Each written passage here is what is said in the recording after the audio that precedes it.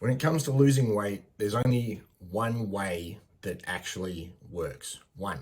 So, regardless of what the marketing you read says, there's only ever one way to make it happen, and that's to create a calorie deficit.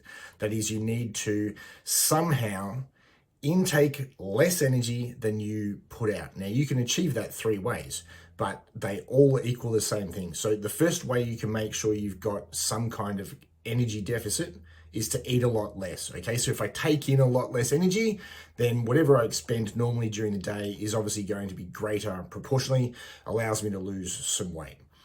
That's pretty miserable because it basically means you're going to have to starve. Okay, the next way is to exercise to create that energy deficit. So that could either be because you do a day of big activity, maybe you go for a hike or something like that that takes many, many hours. Maybe you do a really hard workout. I'll come back to that later, but I eat normally and I add in a lot of physical activity. And by adding in a lot of physical activity, I create this energy deficit.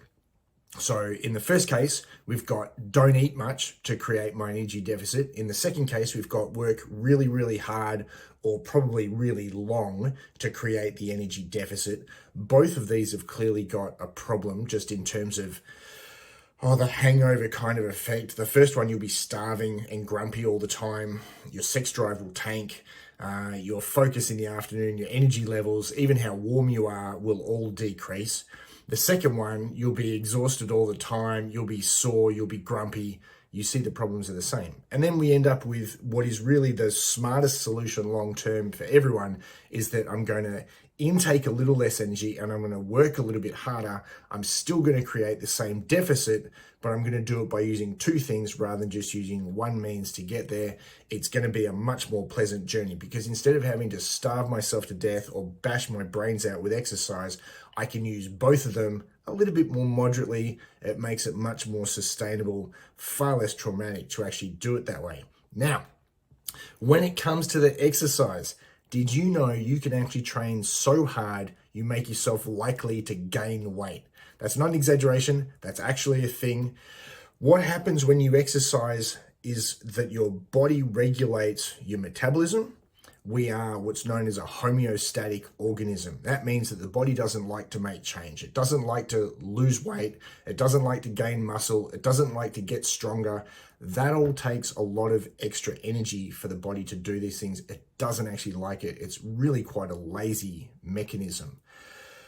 To make that change, when you start trying to urge your body to lose weight, you're going to have to work quite hard to do so, but your body wants to stay at the same weight. So what does it do? It boosts your metabolism up. So if you normally need to eat, let's say 2,000 calories a day, and you add in 400 calories a day of exercise, which is about an hour of activity for most guys, all of a sudden, your metabolism is going to come up about 400 calories a day, and you're going to find yourself eating much more than you were before so that your body balances everything out. Now, that's not even counting the psychological effect of working out, where people will think to themselves, I've done a really good job today, I've worked out, I deserve a treat, and they accidentally bump their calories up anyway, rewarding themselves for the work they've done. This is actually something going on inside you. Your body's metabolism will match what you've done, and all of a sudden, you're going to stay exactly the same. And this is why exercise might not actually be the path forward for a lot of people. The second problem that can come with the exercise is that the harder you work, the less likely you are to burn fat because of the fuels your body uses for exercise. As the intensity goes up, your need for carbohydrate during exercise goes up. So actually the amount of fat you use doesn't change. It's going to stay relatively stable. But what happens is this extra gap between a moderate workout and a very hard workout now is going to see you needing to eat a lot more food. And these are all mechanisms inside your brain that you can't switch off. These are from millions of years of evolution. When you take your carbohydrate stores, which are pretty much set in stone, we store a lot of carbohydrate in our muscles. We have a little bit in our blood sugar. There's a little bit in the liver, but primarily it's stored in our muscles. When you deplete that, your body automatically tells you to go and buy some more, to go and eat some more, because it feels like it's going to need that fight or flight fuel for a possible survival episode. You can't fight that, okay? sooner or later, you're going to find yourself face first in something yummy and carbohydrate filled: bread, pizza, cookies, chocolate. All of these things that have got a ton of carbohydrate in them, and all because you have depleted your carbohydrate stores by training so hard. Your body tells you you've got to fill that back up. And again, these are ways that all the training in the world works against you, and it's all getting in the way of you losing fat. So what's a better way for you to lose weight? And the answer is you sneak up on it. So a body that is rested, a body that is in a happy frame of mind, not starved within an inch of its life, not beaten senseless with hard workouts, will actually lose fat a lot more easily than one that is continually stressed out and just pushed and pushed and pushed right up to the brink of what you can deal with mentally. That point, that as far as you can deal with mentally, that is not the best place to lose fat. The best place to lose fat is actually by backing it off a little bit and taking your time, finding a way to make it sustainable and enjoyable for yourself to get you to the point where you can lose the fat.